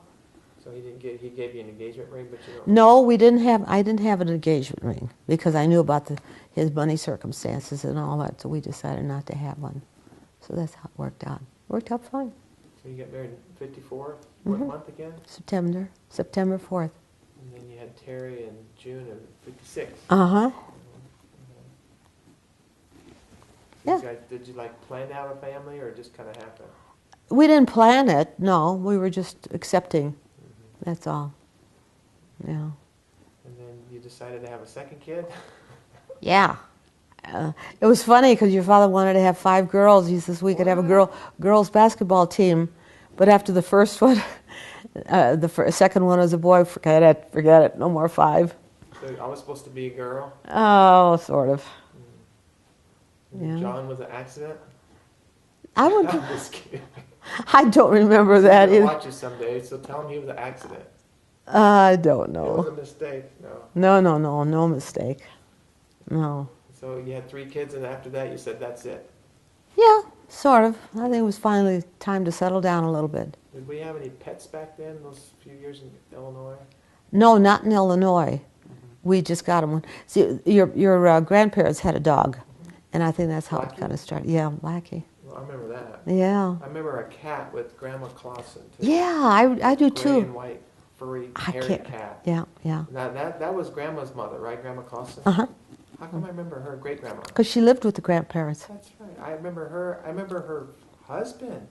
No, not Grandma Clausen. So I remember a man that was bald. Sam Who's that? Waters. Aunt Margaret's Aunt husband. Margaret's husband. I Yeah. can see him right now. Yeah. in Isn't my that funny? mind. I remember when you said slightly bald. I remember that now. They lived on Foothill I can Boulevard. picture his face. It's amazing. I don't probably have a picture of him though. It's funny. So okay, and you quit working in '56 before Terry was born. So Yeah. You didn't work anymore then. No, I didn't. In fact, I don't think I worked anymore until we moved to California. That was the last time. Hold on, this one's- Children, Donna and Margot. Uncle Sam. He was Uncle Sam. Sam was his name, so it was your uncle. Aunt Margaret's husband was Uncle Sam. Uncle Sam. So is he the one that is in the posters? Or No, he never made that. I'm kidding. No. And we think Aunt Margaret's still alive in her 90s. Yeah. We don't Close know to for 100. Sure. No. Because she was, Sam was 15 years older than she was. Oh my. So I don't know how old she was when we were out there. But all I remember, the last I heard is she was still alive. And I don't remember who told me. It was Terry told me, and she heard from Tommy or what? And Margot and Donna are her kids. Yeah, and they live in California That's too. the 2 kids she had. Yes, 2 daughters. Of course, remember them. I remember them back. Oh yeah. The bright red lipstick. Yeah, I in don't know why I'm one of the thinking about picture. that. These pictures, I think, the pictures. But okay, so married in '44, then kids, and then you said you just decided to move to California. And then- To be with your grandparents. Now, before that, a couple questions. Now, you've told me, I don't know if you told John and Terry, but tell me about your trip to the Kentucky Derby. And then you told me about another trip out west, or you've told me about Okay, I'll several tell you. trips. Stop. I'll Okay. tell you right now. My first trip that I took was after my parents died in 1950 was the first one I went. And I went on a train. It was called the Northern Pacific, Union Pacific. And I went with a girl named Helen Stanel. Her brother was my dentist. And we got acquainted. I don't know how we got acquainted, through some club or something. And we went on a train from Chicago all the way to, well, we had stops along the way, but we stopped, first of all, in Las Vegas, really. And there the car was sidetracked, so we could spend 24 hours there in Las Vegas. And we had to get, when we went, we didn't go into a motel or hotel, we went right onto the train, and then the train took off about 3 o'clock in the morning. And we went over to the San Diego area and went down to Tijuana, Mexico, and then back. Some of this was done by buses, chartered buses, and then I came to Los Angeles. And I can't remember what we did over there, but it was very impressive because we went into this hotel and we were able to just walk around to see the place. It was so beautiful. They said they had gold faucets in there. That's what I remember in there. But it was a beautiful place. Maybe I'd remember the name of the hotel, but I don't right now. And then we went out up to, I can't remember if we went to San Francisco first or the Ahwahnee Hotel in Yosemite Park. And we thought, oh, we saw it on our itinerary. We didn't want to spend time there. We would rather spend a day in Los Angeles and miss the Yosemite. And that was the most beautiful time of the whole trip. In Wyoming? In California, Yes, Yosemite, Yosemite Park, in the Ahwahnee Hotel. That's what I was telling. The Ahwahnee Hotel was just a beautiful place in the country there, not in the country, in the park. No traffic. It was a stream of water running through the property, and it was icy cold. I remember they said, "It's icy cold. Don't go into it," or anything like that. But you could see Half Dome and El Capitan, and we had a ride up through there on a tour bus of some kind, And we stayed overnight in the Ahwahnee Hotel. And it was 24 hours of glorious time there. We all enjoyed it so much. We hated to leave. And I think that's when we went to San Francisco. That was fun, too. That was really fun. We rode the cable cars, and we saw Chinatown, and went to Fisherman's Wharf out there. And then we got on the train, and we didn't stop in Las Vegas. We went the northern route. The other one was the southern route, I guess. And then we headed back for Chicago. That was about 14 days. So it was all planned? Oh, yeah, it was a tour. It was a tour planned in Chicago for that. And then the next time I went, it seemed like, I can't remember which one it was first. Well, I had been acquainted with a girl named Dorothy Klewicki, and her cousin, there was something vague about her family life. I don't remember what it was. It was her mother wasn't living or her father wasn't living. I don't know. But anyway, she did have a cousin in Canyon City, Colorado, at Camp Carson in the Army, and we went to visit them.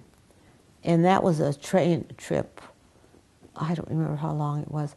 But then there was another trip to, that was when we went to the Denver Mint in Denver during that time. Wow. So we went to see that. We just visited with them with Sulo, and I can't remember his wife's name. Anyway, then another trip we had was a short trip I was acquainted with it through American Steel and Wire. I think it was then. We went to see the Holland Dutch Festival, Holland Tulip Festival, Holland Tulip Festival in Holland, Michigan. And that was just over the weekend, too. In fact, it was a one-day thing because we didn't even stay in a hotel there. We just went up there my sister and I. We went there for the Holland Tulip Festival. That was fabulous.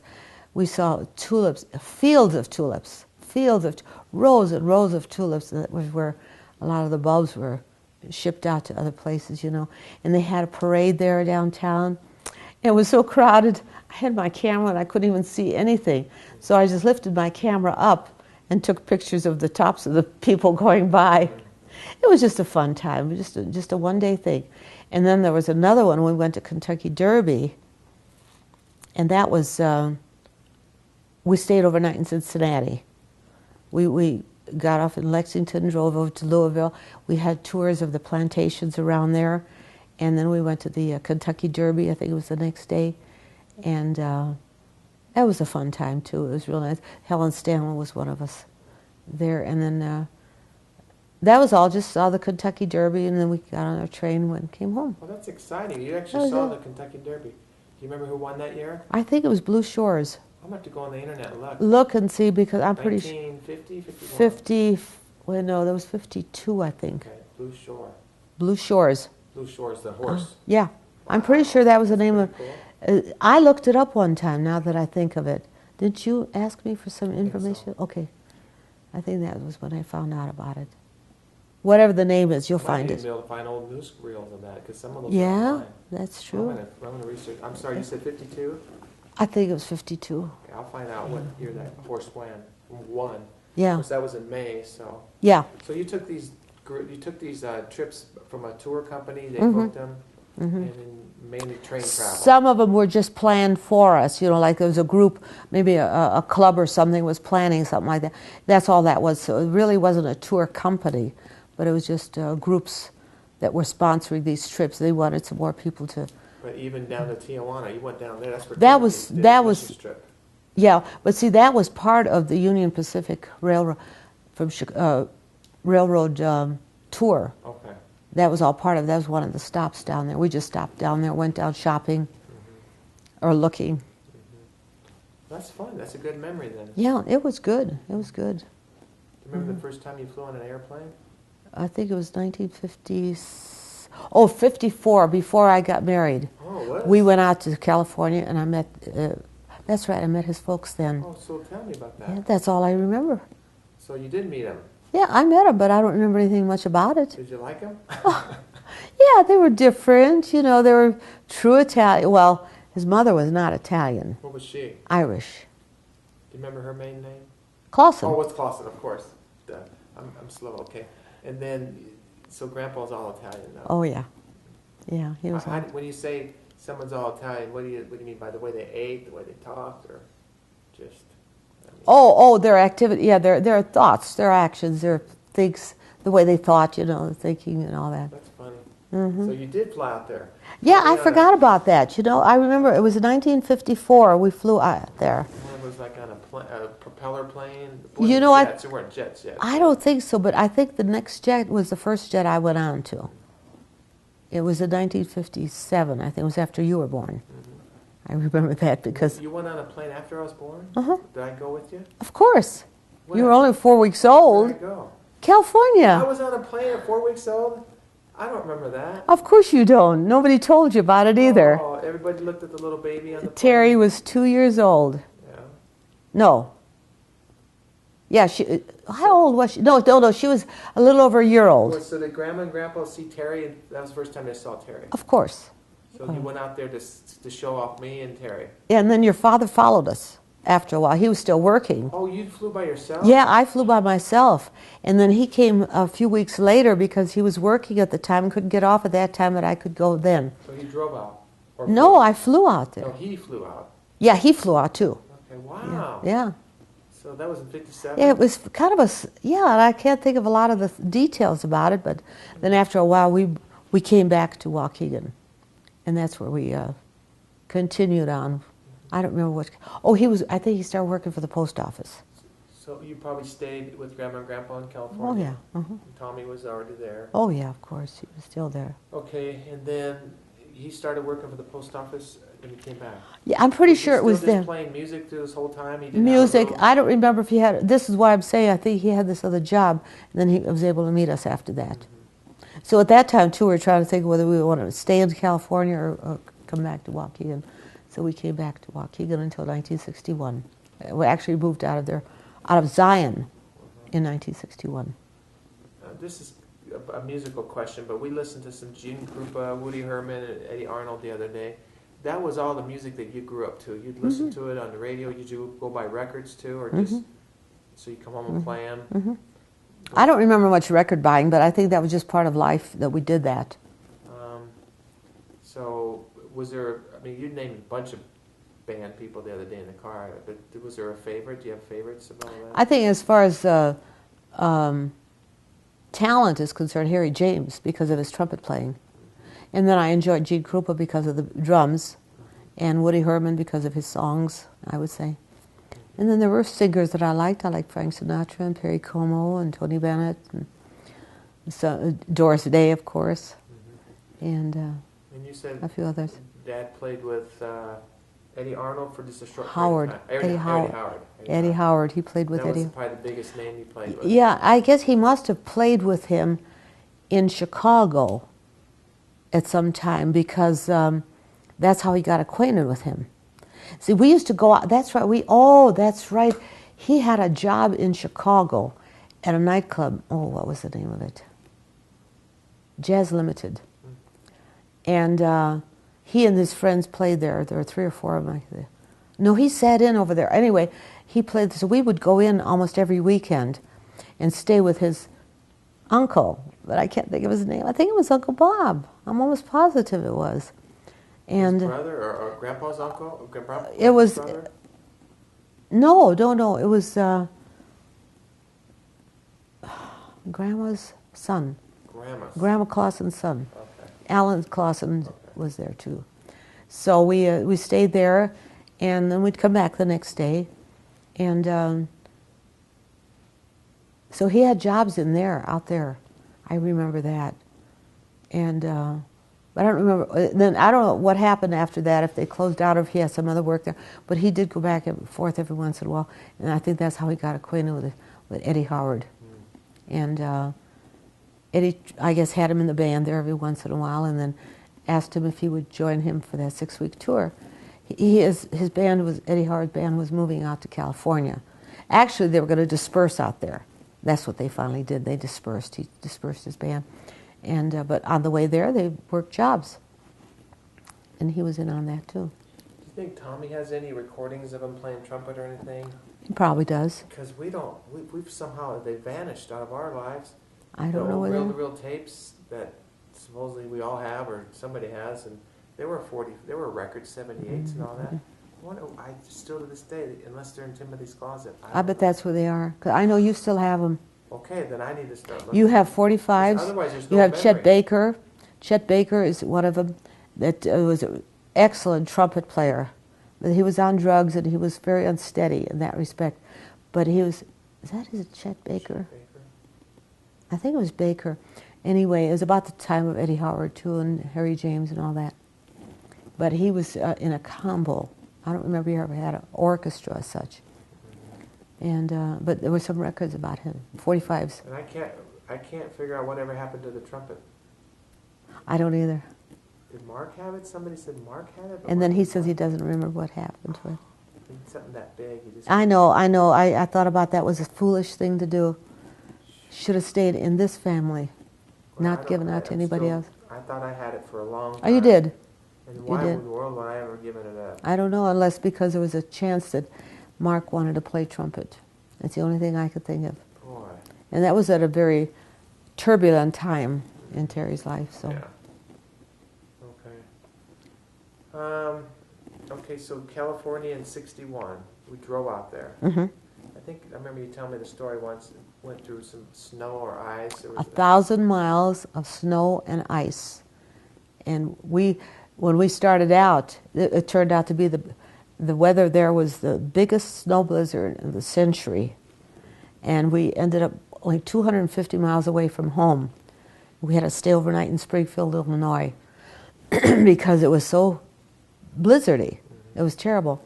So we stayed overnight in a motel over there, and then I can still remember how we decided to go is because we could hear the traffic of the trucks on the highways. They said, if you hear those trucks traveling the highway, you know it's going to be safe driving because there'll be snow plows and they'll be packed down and all that. So when we got to Albuquerque, New Mexico, it was the first time we had any real good weather. And then we drove from Albuquerque all the way to Los Angeles. Well, to Now, when you left, was it hard to leave, or was it like, oh, I'm glad to get out of here? No, neither one. It was bittersweet. It was neither one or the other. I know my sister came over and said goodbye to us and all that stuff. So. But you had planned this for a while? Or Yeah, we had planned it. I don't know how long, though. I don't remember. So I just remember doing it. As far another music question I was going to tell you about was rock and roll. Do you remember when rock and roll came on the scene? And I was thinking about big band and what they call boogie woogie. And somehow somebody must have done a beat, but they were playing that beat all through the 40s. Yeah, it was there, beat, but it was with the the all of a sudden we get to like 54, 55, and stuff, and Elvis Presley. What's your recollections of rock and roll, of when it entered the scene? And was it the devil's music, like everybody said at first? Well, they talked about it being devil's music, but that was church probably. Probably. That was a personal thing. You know, it wasn't anything that was established as a real thing. But do you remember it coming out and going, well, I'm not going to listen to that? No, I didn't think of that. I listened to what I wanted to listen to, but I do remember how rock and roll entered my life, and that was through that group that was going to Chicago, and other groups that they start playing rock, shake, rattle, and roll. That started it, as far as I was concerned. That was all I remember. The group's name or anything? You said a group? Well, I'm not sure if it was Shortcuts or not, you know. It seemed like it might have been the Shortcuts. They started with that, and then we used to hear it when we went to that jazz club in Chicago. Now, you know who Buddy Holly is now, but back then, if you would have heard the name Buddy Holly, would you have remembered any music or anything like that? Because he was just around for a couple of years, and then... Yeah, I don't remember him until you talked about him. So, okay, but you know who he is now. Oh, yes. Looking back in history. Yes. Okay, so, but you don't have any recollection of that music like that? No, You were being a mother. If I heard it, it was just because I heard it, but I didn't seek after it. But you were busy being a mother. You weren't busy listening to rock and roll. No. That's too bad. You missed out on everything. Yeah, really. So, okay, and then John was born in '59, and then what month did we moved to California then? January. So John wasn't even 2 years old. Yeah. Nope. Did you fly on an airplane and show Grandma and Grandpa John? No. So they never saw John till you actually went out. Right, 2 years right, later. right. A year and a half later, whatever. And so when you got married, you were living in an apartment or a house? We were living in an apartment after we got married, and then later on we did move into a house, because having gone to California and between there somewhere, when we got back, we got whatever we could, and we lived on Jenkinson Court, I remember, in a rental house. That was, I think, in 1957. It must have been about 1957, 58, sometime when you were born. And then we moved to Zion, and that's what we left. We left Zion in '61. So we were living in Zion, Illinois. At I the was last, born in Cook County. Lake County. I was born in Lake County. Why did I say Cook County? I don't know, because there is a Cook County, and that's Chicago. Okay, Lake County, and then we were born in Waukegan, all three kids. Oh, yeah. What hospital was that? St. Therese. Okay. And so you started, were you still going to church quite a bit, Catholic church then, and we would go to church with you? No, we slipped away from the church quite a bit. In Chicago, in Illinois? Yeah, even in Illinois we did. In California we got back going again? Not much. Really? Only if Grandpa would take us. I have memories of the Catholic church. Yeah, because Grandpa would take us. And the funeral service was in the church. What church was it in? I knew you'd ask me that. I can't remember. In '68, the funeral service was in a church. Yeah, I can't think of the name of the church. Oh. That's okay. Was it in La Crescenta? No. No. Yeah, but I can't think of the name of the church. You'll remember it later. Probably. And when we moved to California, where did we live the first time? On Stevens Street? Was it up there? Abella. Then we went to Stevens Street. Then we came back to Abella. They were all rentals. They were just kind of hard to stay with them. That was all. Do you remember the man that used to come around with the breads and the rolls and the... In the neighborhood? in his little truck? Who's that? Tell me. I'm trying to ask you. I don't remember that at all. Oh, yes, you do. Terry would probably remember. I don't remember that. Yeah, he used to... He just peddled them around the neighborhood? He had a route. He used to go around and just... People would buy bread and I can't think of his name. Because they used to say the man. The ha? No, was this blank. Oh. And I can't think. Well, anyway, he used to come around. We see him. Bell would ring, we know he was coming. That was kind of a fun thing. Fresh bread and donuts and rolls and stuff like that. Mostly in the morning, I think it was. So, Now, last week at lunch, Nancy and I, and you talked a little bit about the 60s, but you worked a little bit out of the home in the 60s? oh yeah, when I was in California, Yeah. I worked at the Glendale Public Library for a while, and I worked at the self-service laundromat just up the street from where I was. Was it in Pennsylvania or Foothill? It was on Foothill near Pennsylvania, right at the corner there. And we lived across Pennsylvania. But you never drove a car? Not until 1968. You were about 40 years old then, probably 40 years old. 40 years old. Okay. I was going to ask you, what was the name of the Catholic church up by Stephen Street we used to go? Wasn't there? That's the one I'm trying to remember. Oh, that's the one. Okay. Yeah. That's where the funeral was at? I cannot think of the name of it for the life of me. I'll remember it too sometime. Yeah, probably in the middle of the night. I remember Christmas time was a fun time. Always. We always had a nice time at Christmas, even though we didn't have any friends over or anything like that. It was a good time.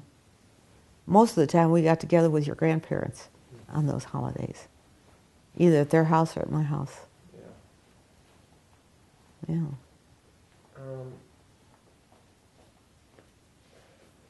I'm losing my thought here as far as the questions. We've had a lot of talk here.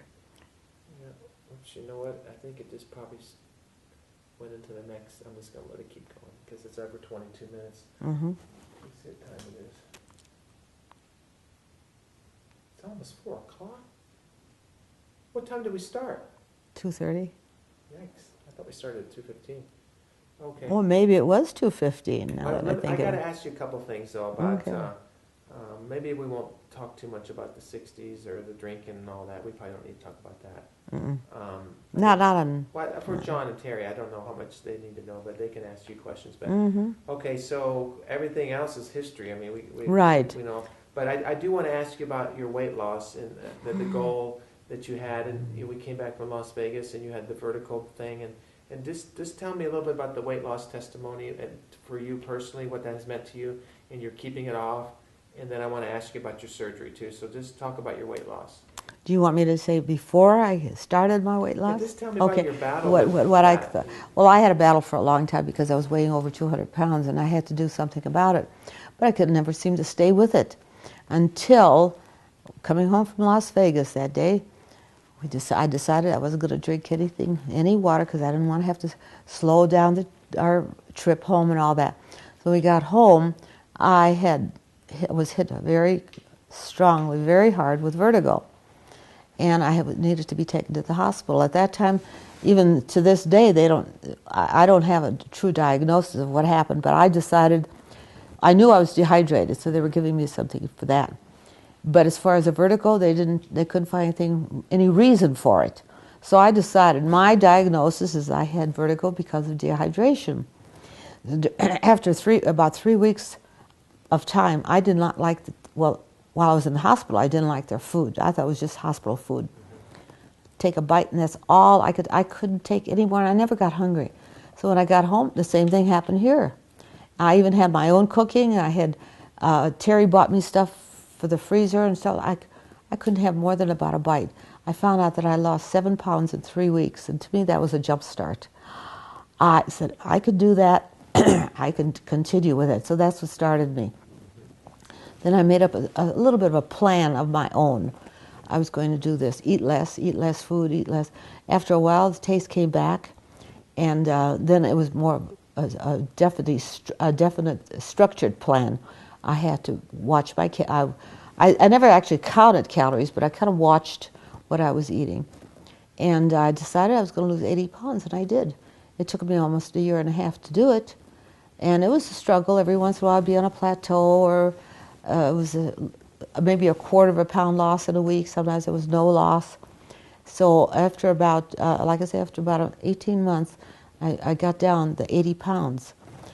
But at that time, even before that, I was starting to have pains in my abdomen. And I thought, good grief, that must be that diverticulitis or diverticulosis, all that stuff. But then it would go away after about 24 to 36 hours. So I forgot about that, but I was watching that, I thought, fiber, too much fiber, always. but it was probably not enough fiber. So anyway, then one time, see, this all leads into after weight loss and into the surgery. So I thought, well, I was having a problem losing the belly fat. They said, I've heard that it's the hardest thing to lose. It'll take a long time to lose, and there's nothing hardly you could do about it except eat or not eat certain foods. That was all. So then after one day in January, the pain was so severe that I could not stand it. And John came over, and that pain didn't go away. Yeah, you came over, but yeah, I was jumping ahead a little bit too much. You came over, Larry came over, I think Terry came over. I don't remember if she came over or not, but it was really very, very bad. And all this time talk was I should go to the emergency room or go to the doctor or something like that. So I thought, no, let's give it one more day. So after that Friday night, I had been so sick, and John came over, and we just talked, and he tried to talk me into going to the emergency room. I said, no, I don't want to go. So the more we sat there, the more I decided to go to the emergency room. So he took me, and after 4 hours, it was diagnosed there that I had a mass in my abdomen, mass the size of a cantaloupe. But they would have to do some more tests before it could be decided whether it was cancerous or not. And I went along with it. I had peace of God, peace of mind, totally okay, that's fine. So then I don't remember too much about what happened that weekend, but I do remember that we had to wait until Monday. I think it was either Monday or Tuesday before the results of the blood test came back, because the surgeon had told me that if it came back that there was cancer in that abdomen, that he would send me to the hospital in Denver. He said, in fact, he was so sure about that doctor there, he said, if you were my mother, I would send you to him. He says, I could do the surgery, but this man is better. He knows better about it. I said, okay, so he got me calmed down about that, And so then I went to see him, or I got the call saying there was no cancer there, and I should set up an appointment for surgery. So I talked to him about that, and we set the appointment up for February 4th. Friday. Mm-hmm. And my kids and I, we went down there. Larry, Terry, John, and I went there. I had the surgery. And it was the funniest part of it, because we were talking, and next thing I knew, I was being wheeled into this room, but I thought it was the operating room. I guess it was the recovery room, wasn't it? There were so many other people around. They were just talking, laughing. They were in their scrubs, I guess, but still, I couldn't figure, what am I doing here? Well, it's all over. I said, what? They had put me out, and they removed this thing. It was about almost 6 pounds. And I got through it very, very well. I had a couple of appointments with the doctor after that, and then with my family doctor, and everything was just fine. And I'm out of it all right. I still have the belly fat to contend with, but it's going down very, very slowly. But it is after I've lost the weight. So really, if I lose any more weight, it's going to be because of this excess fat. That's all. That other thing was 6 pounds that went away in a hurry. In about 3 weeks, I think I lost something like 13 pounds, because I had gained so much just before then. And then I lost some after that. So it's been okay ever since. I went to see the doctor, a family doctor, and he says, unless you have something coming up that's very important, he says, don't come back for a year. I said, okay. Wow. And I haven't had an attack of that diverticulitis since then. And by now, I would have had 2 of them for the time that went by. Well, that was it. That was it. I have a scar to prove it. Are you keeping your weight down like you want to? Yes, I am. I would like to get down a few more pounds, because I do want to get down below. Well, you know how to do it, though. Oh, yeah. I know how to do it. I can avoid, or I do more exercising now, too. I exercise sometimes 5 or 6 times a week. I walk. Good. Yeah, I've been reducing the amount of what we call snack foods or junk foods, deliberately, so I just don't buy them. Because I find that if I eat some, I just end up throwing away some of them. So. How old are you now? 83. Did Did you ever think you'd be 83 years old? I never thought about it. I never thought about my age much at all. No, I never thought about that. When I think about that years ago, I thought, I wouldn't have even thought about it at 83. I was just the age I was, that was all. I'm struggling at my age. Oh, let me get on the camera now. Oh.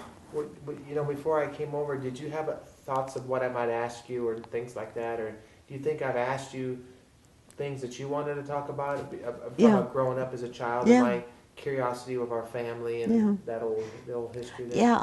Yeah, there's some things that will probably snapshots will answer your questions, but they're just for your curiosity more than anything else. They're nothing significant, you know, as far as the age I was when the pictures were taken and all that stuff. So, because I have two documents that I will show you later on. One is of my mother's invoice from the doctor, bill from the doctor. The other one was from the hospital, from Victory Memorial Hospital where I was born. And that was, what was it, $14.50, I think, for the whole thing. A day there, anesthesia, tests, laboratory tests, and the rooms, the nursery, and my room. $14.50. I don't remember what the doctor's was, but it was, Mark paid. Yeah, it was funny, though. It was so low. And I didn't know I was born in Victory Memorial Hospital, but I was. But I have a feeling why, because I thought Victory Memorial was the newer hospital, but it might have been the older one. There was two. Victory Memorial. In Waukegan? Is that where Aunt Tetsu was born in Waukegan? I don't know. Really? I don't have her birth certificates. I wouldn't know. Why do you think they waited so many years to have another child? Who has said they waited? I think my sister said that there were some miscarriages in between me and her. That's all I remember.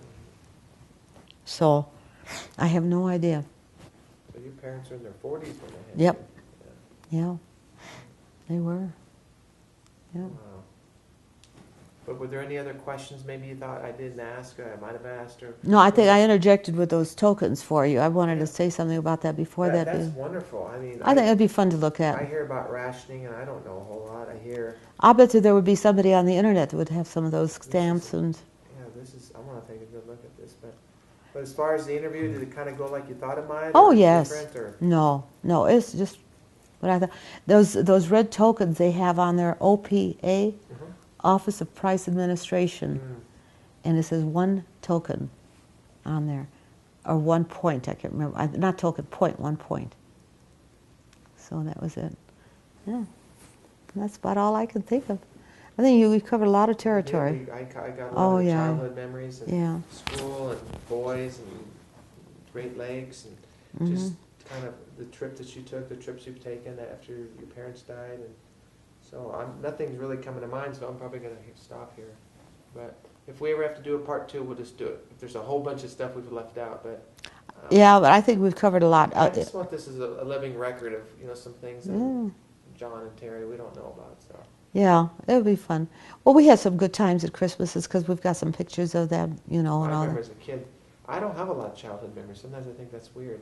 Just like you say, snapshots. Just, I don't have fluent memories. Just a picture here, a picture there type thing. So. Well, sometimes you don't need those. When you need them, you'll get them. You know what I mean? You'll get that in your mind, a picture of something, or a picture will create a memory for you. Not create, but bring back a memory. How come I remember Peanut Brittle in Los Angeles? Would we just go there for a trip? Okay, we used to go see a doctor that your father was going. No. Quito was in Waukegan. Okay. Doctor was in Los Angeles. I can't remember, but your father was going there for some reason or other, and we would go with him, and we'd drive out there. It was beautiful, drive out through Glendale and all that. And we get out there, and May & Company was the name of the store. Yeah. And he'd drop us off there so that he could go to his appointment, and then he could pick us up. See, we had a car there, of course. And so we'd go into May & Company and get some peanut brittle. That was so good. We enjoyed that. And there was escalators in there that we used to go up and down. See, now you remember those things. I remember that, so. If you hadn't said peanut brittle, I would not have thought about it until maybe in the middle of the night. But we never went to the beach as a family. You said we went after you I have to correct that. I remember we did go to the beach at Santa Monica. we went to Santa Monica because you said something about the ocean. Mm-hmm. And then Terry made some remark one day about, I can remember something about my dad taking me into the ocean. And I thought, okay, because Huntington Beach, he wasn't there. Mrs. Holmes took us there. And I thought, yeah, that's when we went to Santa Monica. I remember that. It was quite a walk, I think, from where we parked, too. It was a long beach and all that in there. I don't remember too much about it, but that's where we went. Because then I remembered something else. Yeah, this didn't occur to me either. But one of you got into the waves somehow. I don't know if it was you or John, because you went upside down. The wave kind of took you upside down, and I thought, oh my God. I remember running from the water. When yeah. You barely, that's right. It must have been John. John, I think, because he got into it, and the waves just kind of flipped him over. And I thought, oh, I felt that too. I did something like that, but it was more sideways. And that's all I could remember about that. It was a fun time too. And I didn't like having my picture taken. Oh, no. You were, there was something about a camera. But look at what I did. I know. You're sitting behind the camera. I don't even mind getting my picture taken. I know. Remember Steve Breward that lived across Pennsylvania Avenue? Yeah, on a cul-de-sac or I something. don't know why I remember. Wow. And then, do you remember the little store we called the little store? And then I started collecting baseball cards with the Allen boys, and keeping stats of all the baseball home runs, and in the paper would have things. Do you remember the dill pickles used to get out there? I used to get them from a big jar. Oh, they were the best ones I've ever tasted, I think. I remember starting a fire over by Barnes. Oh, yeah. That's terrible. I know it was. I remember trying to smoke a cigarette with some guy named Mike across the street where Steve Breward lived. Yeah, I remember Mike there too. That's the only time I remember doing that. That's crazy. But like I said, I remember getting locked in a store with Uncle Tommy and Charlie Green, his friend. Oh, yes. The cowboy hat. I think we were all the kids, they had closed the store down. I remember that. There's just a lot of little things like that. But, okay. So at the end of my interviews, I always ask the veteran to give me a salute in the camera. Do you want to give me a salute in the camera? You're not going to do it? Hi. I'm going to stop this, but thank you for your interview. You're welcome. Maybe we'll do it again. Maybe.